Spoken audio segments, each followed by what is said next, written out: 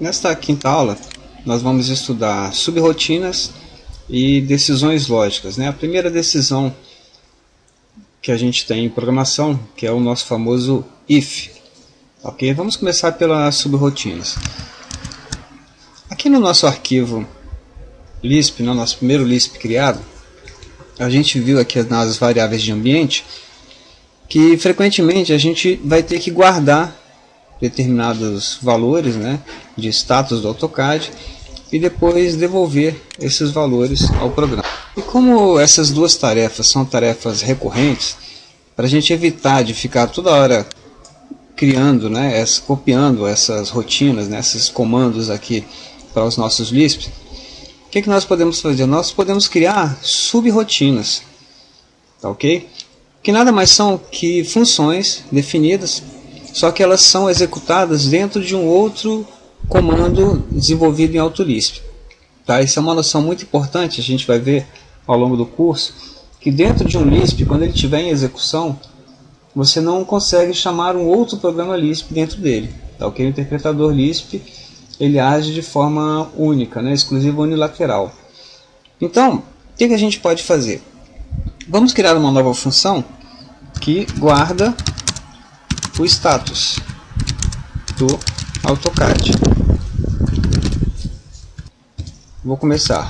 Define função, defun. Só que agora, como ela vai ser chamada por um outro programa Lisp, eu não vou colocar o C2 pontos. O C2 pontos seria exatamente criar um novo comando por acesso de teclado, não é isso? Então vou criar uma função chamada guarda. Ok? Ela não tem ainda parâmetros, vamos ver daqui a pouquinho que são parâmetros.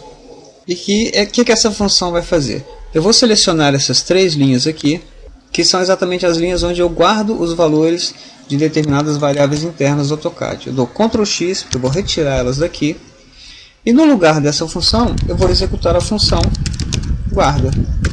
Tá, ok? Se eu quisesse ser mais específico, eu boto guarda status. Tá, ok?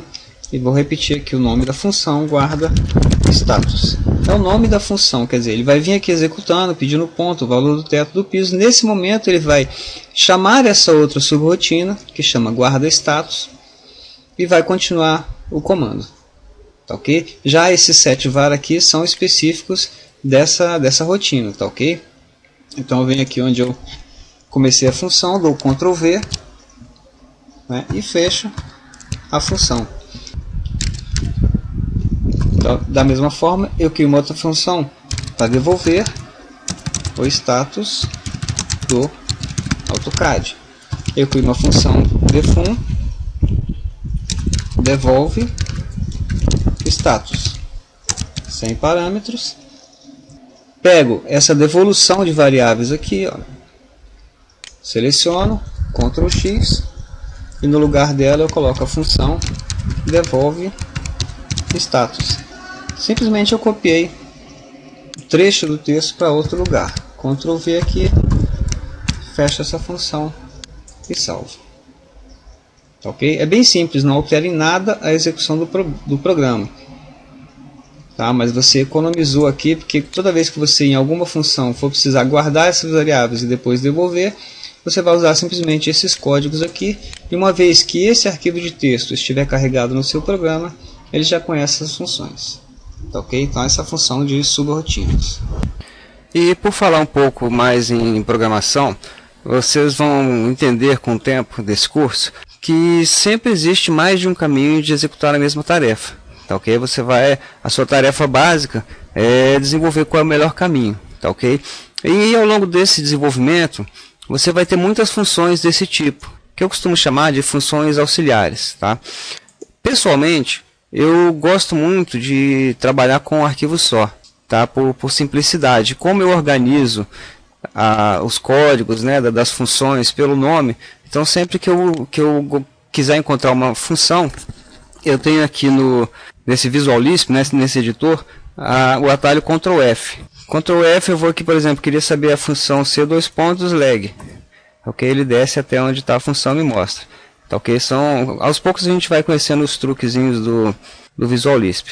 Tá? Se eu quiser, por exemplo, onde está a definição dessa função, eu clico 2 vezes sobre ela, ele seleciona o nome. Quando eu der Ctrl F, esse nome já é transportado para cá. Tá, ok? Eu dou Find, ele me diz onde está a definição. Se ela for usada muitas vezes, como é o caso dessa, eu posso dar Ctrl F, ele aparece aqui, copia, eu venho aqui no início e boto Defun. Ele me diz exatamente aonde está a palavra. O que ele deu a mensagem aqui? Eu já estava aqui, ele disse que não encontrou nenhuma além dessa. E ele pergunta se você quer continuar procurando a partir do início. Eu digo que ok, ele vai achar novamente aqui onde está a função.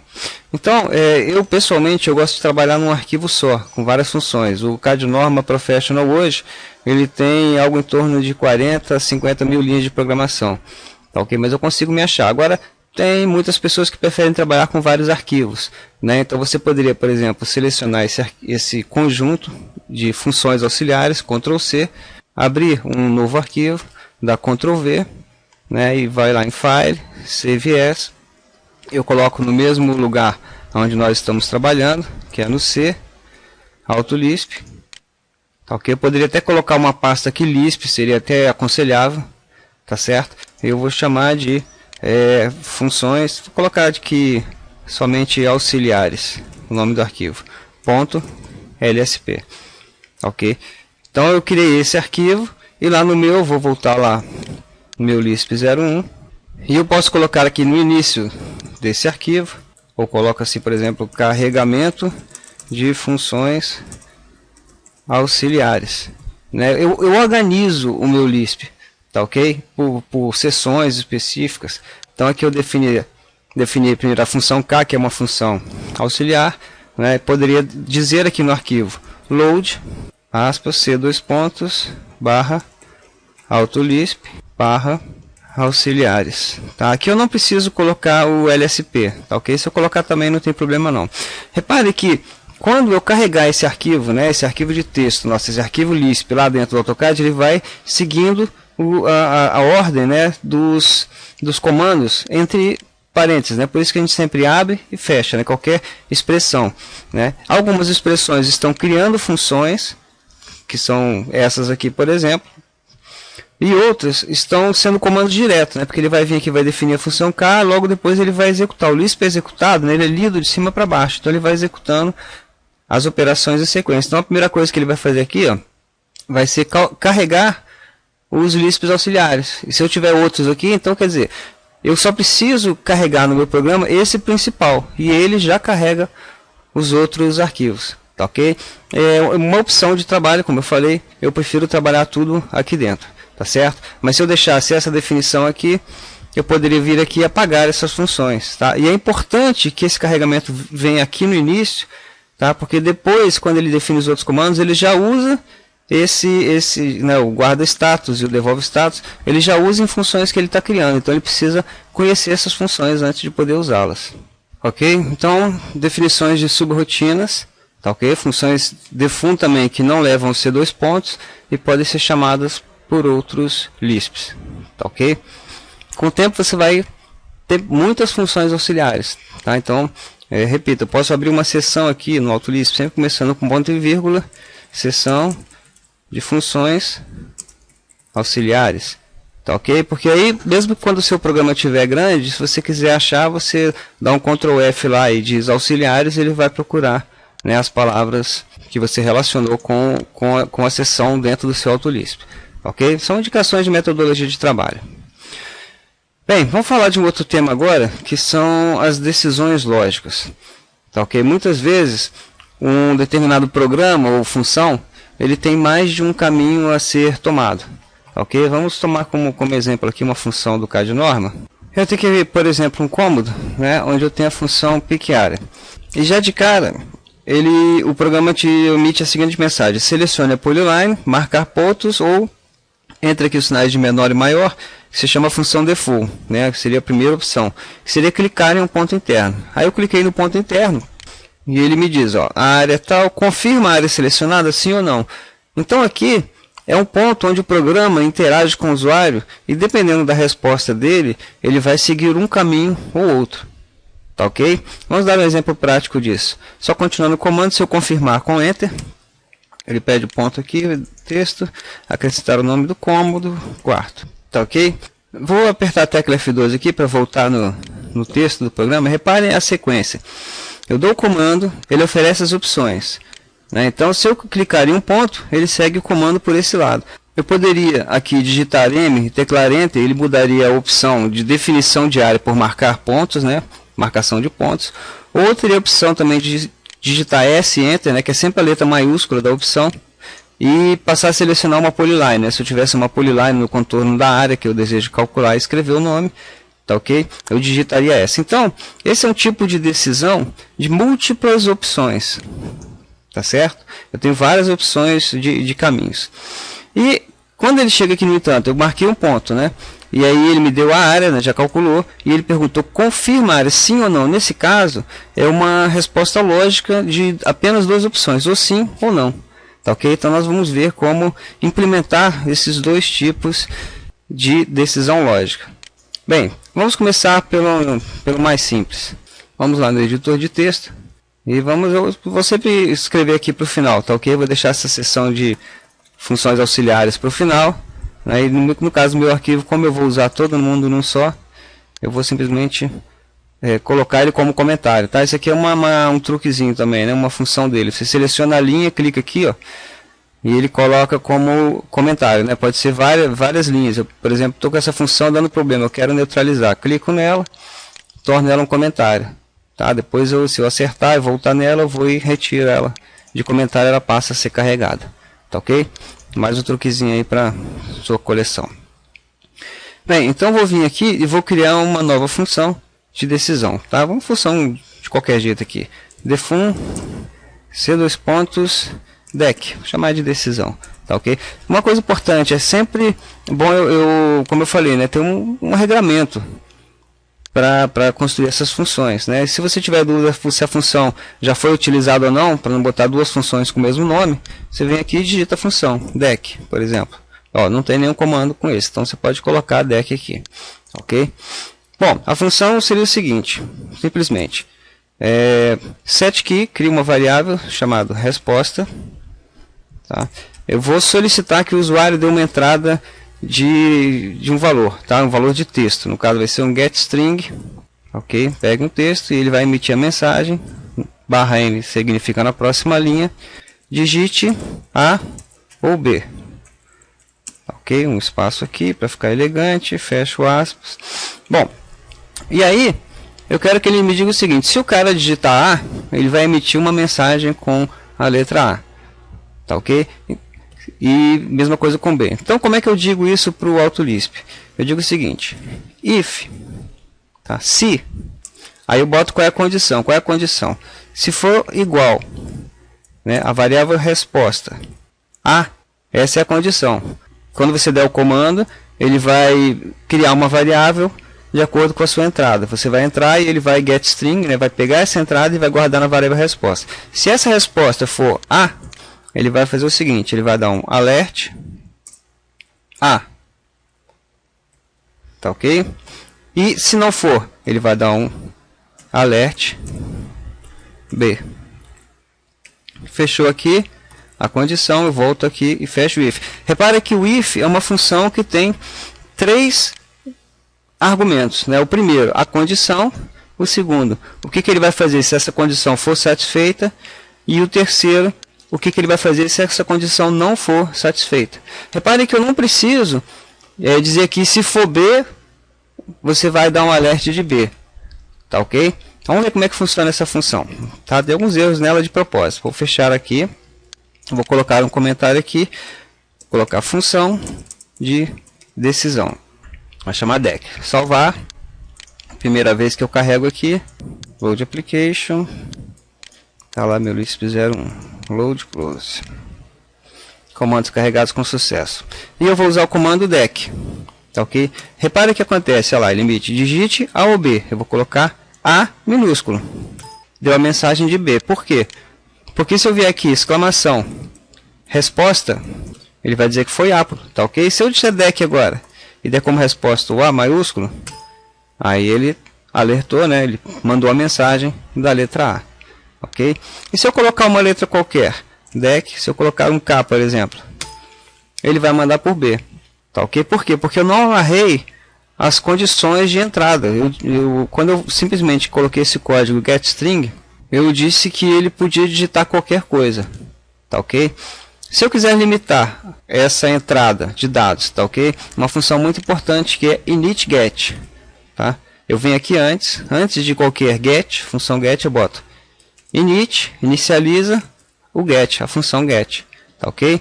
E eu boto assim, ó, aspas, a, espaço, b, fecho aspas e fecho o parênteses, tá ok? Então esse initGet, ele inicializa a próxima função get, condicionando a resposta a simplesmente os fatores que estiverem aqui dentro separados por espaços e envolvidos por aspas.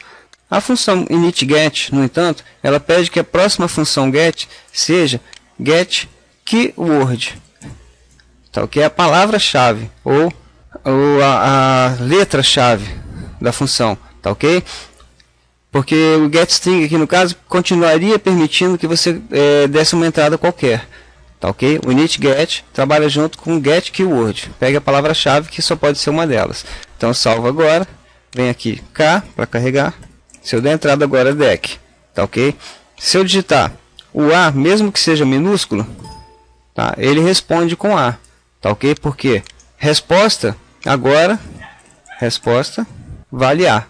Porque quando eu dei a função dec, tá, e digitei A minúsculo, tá, ele aceita como opção, mas as palavras-chave dele são simplesmente A ou B, tá ok? Então por que ele imprimiu A? Porque se eu disser qual é o valor da resposta, é A maiúsculo, tá certo? E se eu der a função dec e digitar um K, por exemplo, outra função, ele vai dizer, ó, essa opção é inválida, você tem que digitar A ou B, tá ok? E se eu teclar Enter, ele vai imprimir B, tá ok? Mas aí por um outro motivo, tá ok? Porque a variável resposta, ela continua com o valor. Tá? Quando eu vim aqui no programa e criei a variável resposta, ela ficou armazenada no meu programa. Tá, okay? Então todas essas variáveis set key que a gente criou, teto, piso, tá, okay? E uma vez que eu execute esses comandos e que essas variáveis não foram extintas, elas continuam existindo, tá, no desenho e sendo passíveis de você saber o valor delas. Como você vai ter centenas de programas com o tempo, é interessante que essas variáveis, né, que você já não usou mais, você não vai precisar mais dessa variável teto e piso quando você terminar o comando, tá ok? Então o que você faz? Você coloca aqui, ó, dentro desse parêntese da função leg, você bota barra, e o que tiver à direita da barra são variáveis, por exemplo, teto, tá, e piso, que assim que essa função for executada, elas se extinguem, tá ok? Então se eu colocar aqui agora resposta, né, antes uma barra, tá ok? Ele vai executar, imediatamente depois a variável resposta vai sumir. Vamos ver como é que isso acontece. Salvar, K, para carregar novamente, dec. Antes eu vou verificar o valor da resposta, tá ok? Exclamação resposta. Ó, já vale nil, nula, tá ok? Porque quando eu dei aquele enter lá, ele assumiu como resposta nil. Se eu digitar dec agora, tá? Eu digito A, ok. Se eu pedir o valor da resposta, continua sendo nil.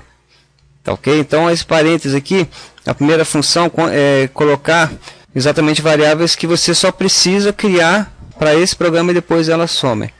Tá ok? Bem, vamos voltar aqui um pouquinho para essa decisão lógica. Eu usei o initGet, getKeyword, tá?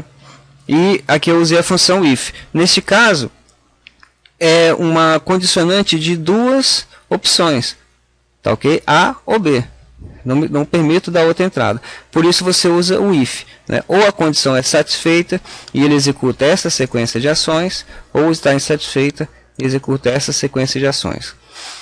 Por último, quando essa sequência tem apenas uma ação, beleza, você coloca um parênteses, ele abre e fecha. Mas se eu quisesse executar mais algum comando, então eu usaria a função progner. Tá? É como se eu abrisse um grande parêntese aqui dentro da opção verdadeira, né? Que a gente chama opção true, né? De T. Então eu coloco progner, por exemplo, vou criar uma variável set key, resposta 2, uma outra variável qualquer, né?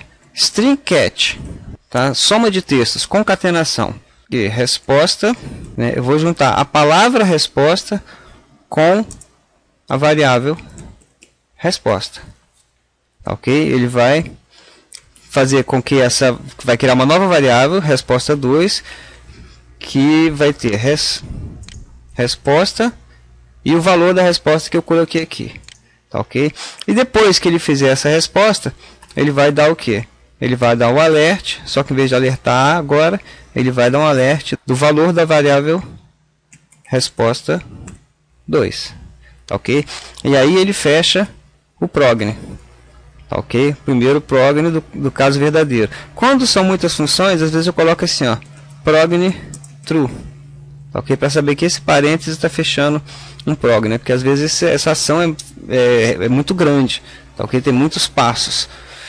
Bem, então, resumindo, função if, tá? Começa com parênteses, tá começando aqui, fechando aqui, tendo 3 argumentos. O primeiro é a condição, depois nós vamos aprender outras formas de condição, diferente, maior, menor, tá ok? No caso aqui eu usei a função igual. Então, esse é o argumento. Se esse argumento for satisfeito, ele faz a primeira ação ou conjunto de ações aqui no caso. No caso false, da mesma forma, tá? Se houvesse mais de uma coisa a fazer, teria que usar o progn aqui e colocaria a sequência de ações. Tá certo? Então, essas são as primeiras ideias que eu queria colocar com relação a decisões lógicas. Nesse caso aqui, de 2 opções, né? E mais para frente a gente vai ver de 3 opções. Ok? Acho que por hoje já vimos bastantes coisas. Não deixem de praticar, tá? Copie esses códigos, digite. É importante você se habituar a digitar os comandos, a lidar com a linguagem, né? Porque é igual um idioma mesmo. Quanto mais a gente fala, mais a gente entende. Tá ok? Grande abraço então e até a próxima.